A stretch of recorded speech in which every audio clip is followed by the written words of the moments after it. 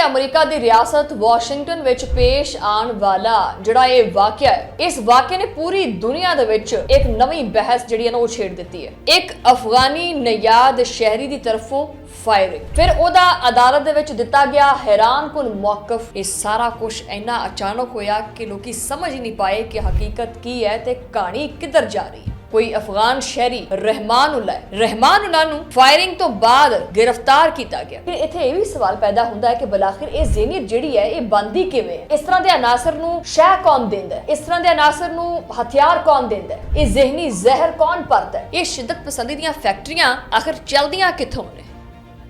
मेरा इशारा जिहदे वल हैगा है ना उन्हें पता लग गया वैसे चोर की दाढ़ी में तिनका कि भारत यानी इंडिया कई इस तरह के ग्रुप्स नूं बराह रास्त डायरैक्ट या इनडायरैक्ट किसी भी तरीके नाल सपोर्ट करदा है। सपोर्ट या तो आह वाली सपोर्ट है या फिर हथियारां वाली सपोर्ट है, कोई सपोर्ट हैगी है। बिस्मिल्लाहिर्रहमानिर्रहीम, अस्सलाम वालेकुम नाज़रीन, तुसीं देख रहे हो 360 डिजिटल पंजाबी और मैं हां तुहाडी मेज़बान शुमाइला नियाज़।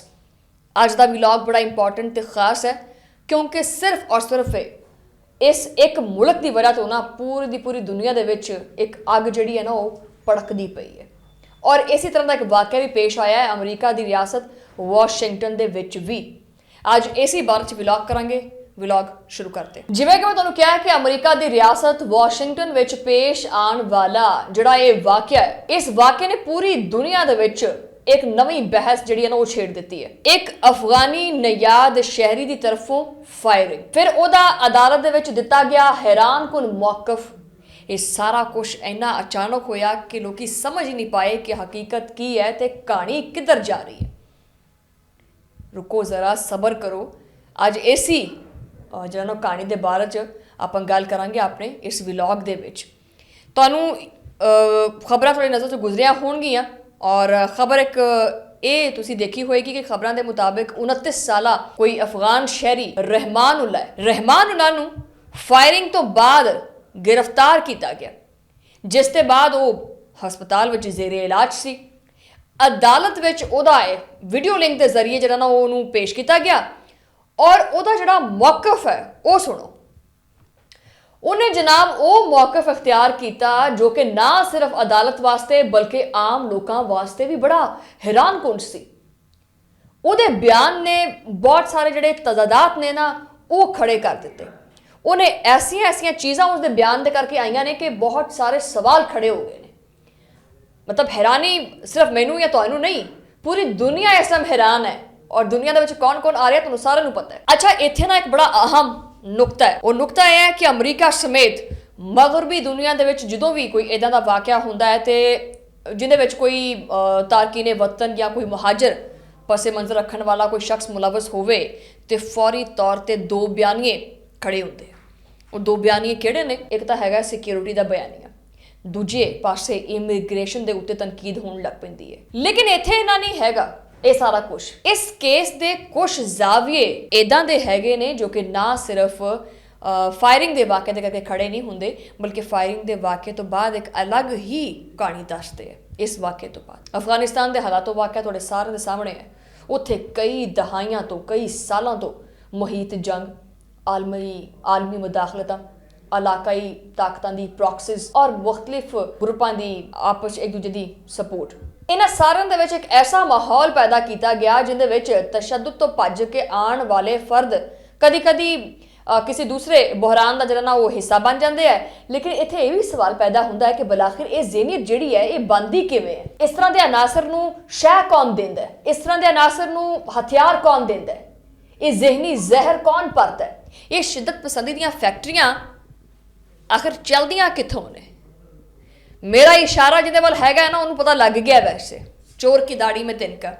मैनू पता लगे मेरे व्लॉग बड़े सुनते हैं तुसी वैसे हैं और मेरे करके पंजाबी भी सीखना शुरू कर दी तुसी, बड़ा सुनते हैं वैसे। खिते की सियासत को समझने वास्ते ना माहिरीन बरसों तो चीज़ कहते हैं कि जनूबी एशिया के मौजूद शिद्दत पसंदी ग्रुपां दे जिहड़ा ना मुख्तलिफ मुल्कां की तरफों एक दूजे नाल जिहड़ी सपोर्ट है वो भी की जाती है ताकि अपने स्ट्रैटेजिक मफादात जिहड़े ने वो हासिल किए जान। इस तनासुर दे विच बहुत सारे बैन अल-अक़वामी मुबसरीन ते रिसर्चर्स ये तासुर देंदे हैं कि भारत यानी इंडिया कई इस तरह के ग्रुप्स नूं बराह रास्त डायरैक्ट या इनडायरैक्ट किसी भी तरीके नाल सपोर्ट करता है। सपोर्ट या तो आह वाली सपोर्ट है या फिर हथियारां वाली सपोर्ट है, कोई सपोर्ट हैगी है। ਇਹ ਗੱਲ ਜਿਹੜਾ ਨਾ ਜਜ਼ਬਾਤ ਨਾਲ ਹੀ ਮੈਂ ਕਰਦੀ ਪਈ, ਵੈਸੇ ਮੈਂ ਫੈਕਟਸ ਨਾਲ ਗੱਲ ਕਰਦੀ ਪਈ ਹਾਂ, ਬਲਕਿ ਇੱਕ ਮੁਤਦ ਆਲਮੀ ਰਿਪੋਰਟਸ ਤੇ ਥਿੰਕ ਟੈਂਕਸ ਜਿਹੜੇ ਨੇ ਉਹ ਇਸ ਚੀਜ਼ ਦੇ ਉੱਤੇ ਵੀ ਸਵਾਲ ਚੁੱਕਦੇ ਨੇ ਕਿ ਭਾਰਤ ਬਾਜ਼ ਅਨਾਸਰ ਨੂੰ ਕਿਉਂ ਇਸਤੇਮਾਲ ਕਰਦਾ ਹੈ ਔਰ ਕਿੱਦਾਂ ਇਸਤੇਮਾਲ ਕਰਦਾ ਹੈ। ਬਸ ਸਿਰਫ ਇਸ ਵਾਸਤੇ ਤਾਂ ਕਿ ਖਿੱਤੇ ਦੇ ਵਿੱਚ ਦੂਸਰੇ ਮੁਲਕਾਂ ਦੇ ਉੱਤੇ ਖਾਸ ਤੌਰ ਤੇ पाकिस्तान ਦੇ ਉੱਤੇ ਦਬਾਅ ਪਾਇਆ ਜਾ ਸਕੇ। ਆਪਦੀ ਆਵਾਮ ਇਹਦੀ ਭੁੱਖੀ ਤੇ ਨੰਗੀ ਹੋਈ ਪਈ ਹੈ, ਖਾਣ ਨੂੰ ਰੋਟੀ ਕੋਈ ਨਹੀਂ ਲੱਭਦੀ ਪਈ ਉਹਨਾਂ ਦੇ ਕੋਲੇ, ਲੇਕਿਨ ਸਾਰਾ ਪੈਸਾ ਇੱਧਰ ਪਾਕਿਸਤਾਨ ਵਾਲੇ ਪਾਸੇ। ਲਿਹਾਜ਼ਾ ਜਦੋਂ ਵਾਸ਼ਿੰਗਟਨ ਦੇ ਵਿੱਚ ਕੋਈ ਵੀ ਐਸਾ ਕੇਸ ਸਾਹਮਣੇ ਆਉਂਦਾ ਨਾ ਜਿਸ ਮੁਲਜ਼ਮ ਦਾ ਤਾਲੁਕ ਇਸ ਤਰ੍ਹਾਂ ਦੇ ਮਾਹੌਲ ਦੇ ਵਿੱਚ ਹੋਵੇ, ਅਫਗਾਨਿਸਤਾਨ ਤੋਂ ਹੋਵੇ, ਤਾਂ ਤੁਹਾਨੂੰ ਪਤਾ ਹੈ ਕਿ ਪਿੱਛੇ ਸਪੋਰਟਾਂ ਕਿੰਨੀਆਂ ਹੁੰਦੀਆਂ ਨੇ।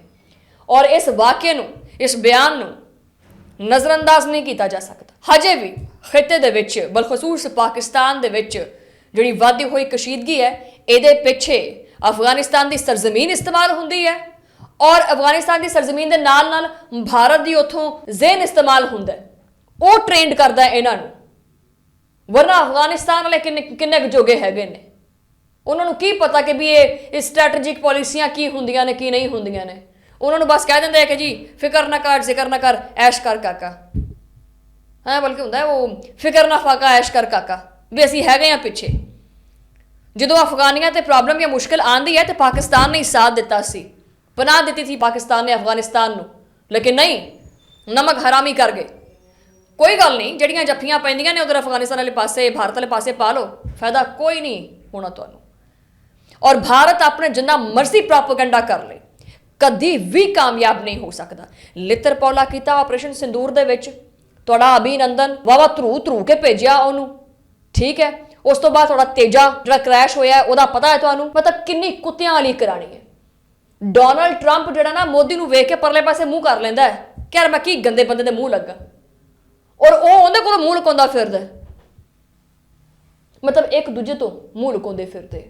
ਬੈਨ ਅਲ-ਅਕਵਾਮੀ ਸਤਹ ਦੇ ਉੱਤੇ ਬੁਰੀ ਤਰ੍ਹਾਂ ਭਾਰਤ ਪਿੱਟ ਚੁੱਕਿਆ ਹੋਇਆ, ਸਿਰਫ ਇਸ ਵਾਸਤੇ ਭਾਰਤੀ ਮੀਡੀਆ ਪ੍ਰੋਪੇਗੈਂਡਾ ਬੇਸ ਖਬਰਾਂ, ਆਵਾਮ ਦੇ ਅਸਲ ਮਸਾਇਲ ਉਹਨਾਂ ਤੇ ਕੋਈ ਗੱਲਬਾਤ ਨਹੀਂ ਹੈਗੀ। ਇੱਥੇ ਸਾਡਾ ਚੂਹਾ ਵੀ ਮਰ ਜਾਵੇ ਨਾ ਤੇ ਪੂਰੀ ਦੇ ਪੂਰੇ ਟਿਕਰ ਚੱਲਣ ਲੱਗ ਪੈਂਦੇ ਨੇ ਕਿ ਜੀ ਇਹ ਤੇ ਉਹ ਤੇ ਫਲਾਨਾ ਹੋ ਗਿਆ ਪਾਕਿਸਤਾਨ ਦੇ ਵਿੱਚ।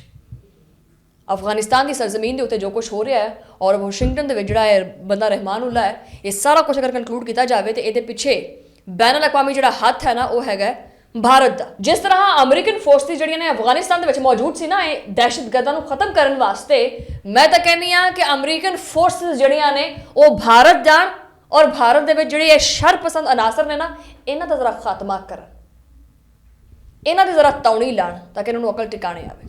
ਬਹਰਹਾਲ ਇਹਦੇ ਨਾਲ ਹੀ ਜਿਹੜਾ ਵਲੌਗ ਹੈ ਖਤਮ ਹੋ ਗਿਆ। ਤੁਹਾਡਾ ਮੁਲਾਕਾਤ ਹੋਏਗੀ ਅਗਲੇ ਵਲੌਗ ਦੇ ਵਿੱਚ, ਉਦੋਂ ਲਈ ਅੱਲਾ ਨੇ ਕਿਰਪਾ।